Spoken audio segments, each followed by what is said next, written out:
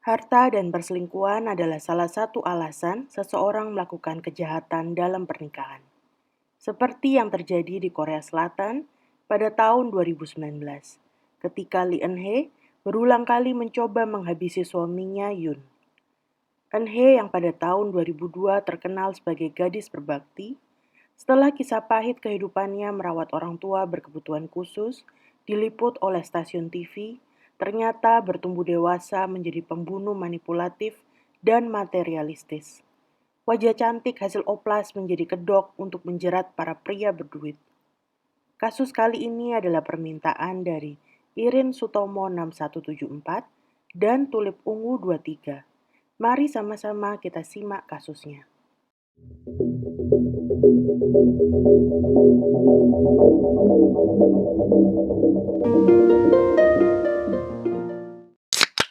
Pada bulan Maret 2017, Eun-hye menikah dengan Yoon Sang-yeop setelah 4 tahun menjalin kedekatan. Mereka hanya mendaftarkan pernikahan di catatan sipil dan melakukan sesi foto priwet tanpa mengadakan resepsi mewah. Yoon berusia 11 tahun lebih tua dari Eun-hye. Karirnya sukses dan punya pekerjaan tetap di sebuah perusahaan ternama dengan gaji 700 juta rupiah setiap tahun. Setelah menikah, bukannya bahagia, kehidupan Yoon justru menderita akibat kelakuan istrinya yang materialistis dan tidak mencintainya. Atas dorongan istrinya, Yoon membuka asuransi jiwa dengan premi yang harus dibayarkan setiap bulan sebesar 8 juta rupiah. Sedangkan nilai klaimnya sangat fantastis, sebesar 9 miliar rupiah. Atas permintaan Eun-hye, mereka tinggal terpisah demi penghematan. Eun-hye menempati apartemen mewah yang dibeli Yoon di Incheon. Sedangkan Yoon menyewa apartemen murah dekat kantornya di Seoul. Akibatnya, Yoon dan Eun-hye sangat jarang bertemu. Hampir seluruh gaji Yoon setiap bulan digunakan untuk membayar semua pengeluaran Eun-hye yang mewah. Bahkan, Yoon terpaksa meminjam sana-sini untuk memenuhi semua permintaan istrinya. Kepada teman-temannya, Yoon beberapa kali meminjam uang untuk bayar sewa, listrik, bahkan untuk makan dan membeli sepatu. Semua orang yang mengenal Yoon tentu saja prihatin. Apalagi belum genap setahun menikah, Yoon melaporkan kebangkrutannya. Uang di tabungannya ludes dan hutang-hutangnya menggunung. Yoon sempat mengatakan keinginannya bercerai karena lelah memikul beban hidup. Belum sempat keinginannya terwujud, Yoon keburu pergi. 여보세요? 새해 복 많이 받아. 새해 복 많이 받아. 어디야? 나 지금 큰 집. 아이고, 신정이라고 큰 점 같구나. 그래, 들어가서 푹 쉬어. Pada tanggal 30 Juni 2019, Eun-hye dan sahabat lamanya bernama Cho datang menjemput Yoon di Seoul mengendarai mobil milik Yoon. Bersama dua pasangan lainnya, mereka berencana akan berwisata ke air terjun di sepanjang Sungai Gapyeong. Eun-hye sudah pernah memperkenalkan Cho kepada suaminya sebagai sahabat lamanya, jauh sebelum mereka menikah. Padahal sebenarnya, Cho adalah kekasih gelap Eun-hye. Entah mengetahui perselingkuhan istrinya atau karena terlalu cinta, jadi pura-pura tidak tahu, yang pasti Yoon tidak curiga saat melihat istrinya sering berduaan dengan Cho. Sesampainya di lokasi wisata, mereka bertemu dua pasang teman Eun-hye yang sudah menunggu di sana.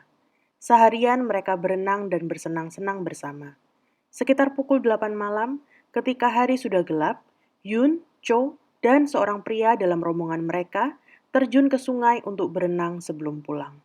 Tak lama kemudian, dua orang muncul ke permukaan tetapi Yoon tidak. Mereka semua panik mencari Yoon, sebelum akhirnya Eun-hye menelpon bantuan. 17 menit kemudian bantuan tiba di lokasi. Sayangnya Yoon ditemukan telah tiada setelah menghilang selama 37 menit. Hasil otopsi menyebutkan Yoon meninggal karena tenggelam dan kematiannya dinyatakan sebagai kecelakaan. Kepada pihak berwenang, Eun-hye mengatakan Yoon tidak meminta tolong. Anehnya, meski insiden itu dinyatakan sebagai kecelakaan, tetapi pihak asuransi menolak mencairkan klaim asuransi Yoon yang diajukan oleh istrinya Eun-hye, dengan alasan kematian Yoon masih dalam penyelidikan polisi. Ternyata pihak keluarga Yoon melaporkan kecurigaan mereka terkait kematiannya dan meminta agar pihak kepolisian mengusut insiden itu lebih mendalam. Eun-hye yang kesal karena klaimnya ditolak, kemudian menghubungi stasiun TV dan menceritakan kecurangan yang dilakukan perusahaan asuransi padanya. Tetapi hasil penyelidikan pihak stasiun TV justru mengungkapkan kejahatan Eun-hye. Kebetulan, salah satu teman Eun-hye yang ikut dalam rombongan pada hari kejadian bersedia diwawancara dengan syarat identitasnya tidak dipublikasikan.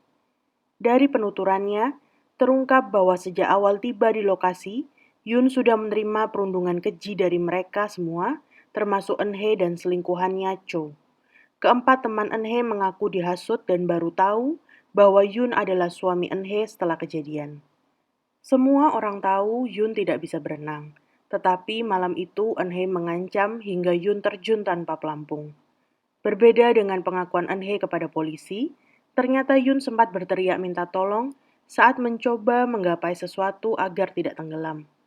Cho yang posisinya paling dekat dengan Yoon seolah enggan menolong, dengan sengaja berenang pelan dan berbalik arah untuk mengambil pelampung yang dilempar oleh Eun-hye, sehingga Yoon tak sempat ditolong dan akhirnya meninggal dunia.